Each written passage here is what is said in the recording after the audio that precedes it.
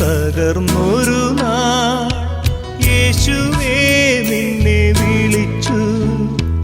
കരുത്തേകും നിൻ കരമെൻ തോളിൽ പതിച്ചു. ദുഃഖം മറഞ്ഞു എൻ മിഴികൾ നിറഞ്ഞൊഴുകി.